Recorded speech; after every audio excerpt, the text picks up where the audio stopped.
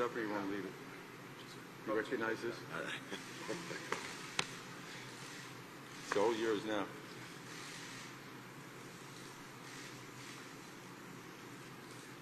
And now we're just We got to see this in post-journal.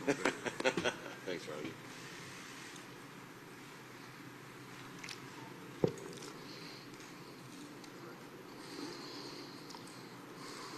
Okay, we'll begin with a couple of questions here. We do have handheld mics on the aisle.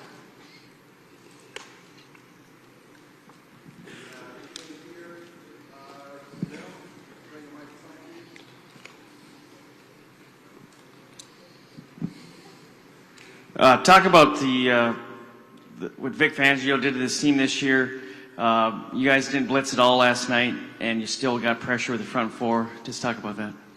Yeah, Vic did an unbelievable job all year, getting everybody on the same page. The fundamentals of the game. Like again, this game doesn't have to be complicated. At the end of the day, did you tackle well? Did you get off blocks well? Did you hustle to the ball? And our guys did that. Did you take the ball away? And our guys did that. So Vic did an unbelievable job. And the game dictates, just like on offense, the game dictates how the game's played. And so we didn't need the pressures at all yesterday. We were getting home with 4 and being able to keep 7 in coverage. And he kept dialing it up. He did an awesome job, and the defense did an awesome job yesterday. Staker on the left, in the middle. Hi, Coach. Congratulations. Thank you. So you said earlier this week that you're not superstitious. However, after starting the season 2-2, you shaved your head, and there's been some speculation online. I buzzed my head. There's a big difference. Yeah. Right, you buzzed your head. So there's been some speculation on the internet that that's had something to do with it.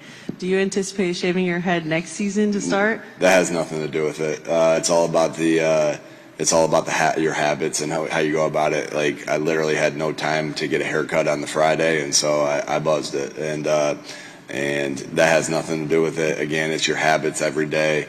Our team had great habits that prepared us to win each and every week, with the way they practiced, with the way they met, with the way they walked through, with the way they connected, all those things. I am the last person that's superstitious because I believe it's your habits that make you who you are. Thank you. Thanks. My wife didn't like the buzzed head either, so I'm probably not going to do that again. Coach, Nick Bolton said after the game that Jalen was really ahead with his checks, and it kind of threw the Chiefs off. Could you explain better than I would understand what goes into that check process and why Jalen is so consistently good at that and kind of ahead of defenses with it? Yeah, sometimes it's you have a check and it's play to play. Sometimes, hey, it's this play versus this look and this play versus that look. Sometimes it's, hey, Jalen, if you get this look, check to this play. Sometimes it's something that he's feeling in the moment that he's checked to in the past that he gets to. Sometimes it's just, there's a lot of different things for it, but it all takes the preparation that Jalen, we can prepare as coaches all we want and try to put him in position to succeed, but then it comes down to him recognizing the look from his film study all week and all 2 weeks in this case and getting to the right play. So he did an unbelievable job of that yesterday, multiple occasions on all the different things that I just said, on every different type of check that we could have. Man, he was on top of it, and that's because of the way he prepares and his football IQ and everything that goes involved in that. He sees the game outstandingly and can help us get in and out of plays on a consistent basis. Coach, what was your pregame speech to your team? Yeah, tough, detailed together. We talked about that all year. What you see on any given Sunday. The any given Sunday talk by Al Pacino was really awesome, but it don't work that way, right? Yeah, my job is not to inspire them. It's just to, it's more to just remind them of the things they already know. And I keep it really short. I talk a lot all during the week. So before the game, it pretty much is consistent week 1 to week 37, whatever number we were on, tough, detailed together. That's our core values. That's what we talk about. And, you know, the toughest team wins usually, the most detailed team wins usually, and the team that's most together wins usually. Good morning, Coach. Myra Gomez. Over. First of all, congratulations to you, your team, and obviously Philadelphia on the win last night. Thank you. A dominating win by far.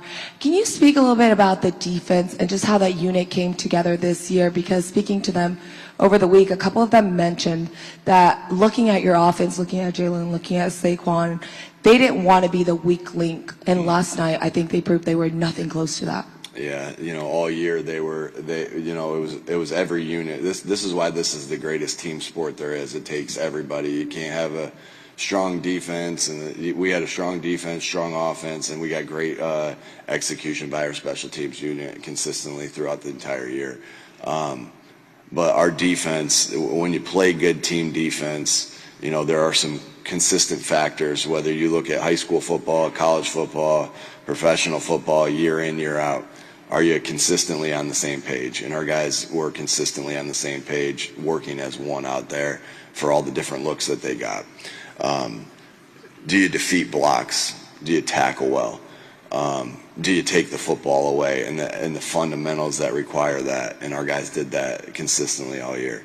And the last portion of that we talk about an awful lot is, do you have a relentless effort to the football? Good things happen when you get to the football. And I think, you know, obviously we were very talented on that side of the field. Vic Fangio is one of the best coordinators of all time. I think he cemented his legacy of being maybe the best coordinator, defensive coordinator of all time last night. But those things are consistent in defensive football, and our guys did that. Two more to the right. Hey, Nick. Here. Hey, Dave. I know you want all of your teams to be really connected and close, but what do you think it was about this team in particular that got them so close this year? Yeah, it's the journey. You don't know how close a team's going to be until you go through the journey together. I think what this, you know, it's hard to say this because, you know, we won 16 out of our last 17 games, but even in the midst of that, our team, and adversity has a tendency to bring you together, right? And so I think I look back on last year and how last year ended, and I'm grateful. As crazy as this sounds, I'm grateful how last year ended because it shaped us to who we are today and where we're standing today. And the adversity at the beginning of the year, and shoot, the adversity through the season, through injuries, through ups and downs, through everything. I think that when you embrace adversity, it does something to you, right? It does something to you personally, right? Each and every individual on that football team, you know, the adversity does something to you, and it does something to you as a football team as well. So our guys, I think that could be the biggest attribute. They work their butts off to connect. They work their butts off to be able to put their, you know, in a world where it's all about your phone and being on your phone. They put their phones down and did stuff together. I mean, that was the first and foremost key is you can't substitute the time that it takes to connect, right?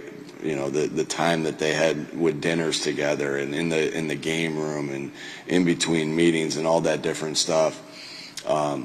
They were selfless. I mean, just look at you know, Jalen and AJ and Devontae and everybody, the group rush on defense, the not caring who gets the credit and just wanting to win. I mean, there were so many things that this is the greatest team sport there is. But I think the biggest thing, Dave, was the embrace of the adversity that we all went through together. And adversity does something to you special if you embrace it and allow it to shape you to be the person that you are and the team that you are. Last question for Coach, far right. Hey, Zach. Hey, good morning, Nick. After the Washington game, you said when you walked into the locker room, your thought was about the next game. In that moment last night, walking into the locker room, seeing the party, seeing the celebration, what thoughts did you have then? Yeah, it wasn't about the next one, right? Yeah, just gratitude, just thankfulness. Being thankful for the moment. A special group of guys. Thankful for the guys that we have on this football team, and the special players, the special people that we have on this football team. And it's just awesome to be able to embrace guys in that moment. Like, those are the things you'll remember. You'll remember the hard practices. You'll remember the ups and downs. You remember the games and the confetti falling, no doubt. We'll have pictures of that, but the celebration. We've embraced that celebration so much. Like, I can't tell you how many times I've showed the guys celebrating together and how much that means to us, because again, that just amplifies team. And then to be able to do that last night, it's kind of all everything kind of coming together as one, as the final celebration. We'll have the parade, we'll have the ring ceremony and everything like that, but that was pretty special last night, Zach. Hey, thank you, Coach. Thank y'all.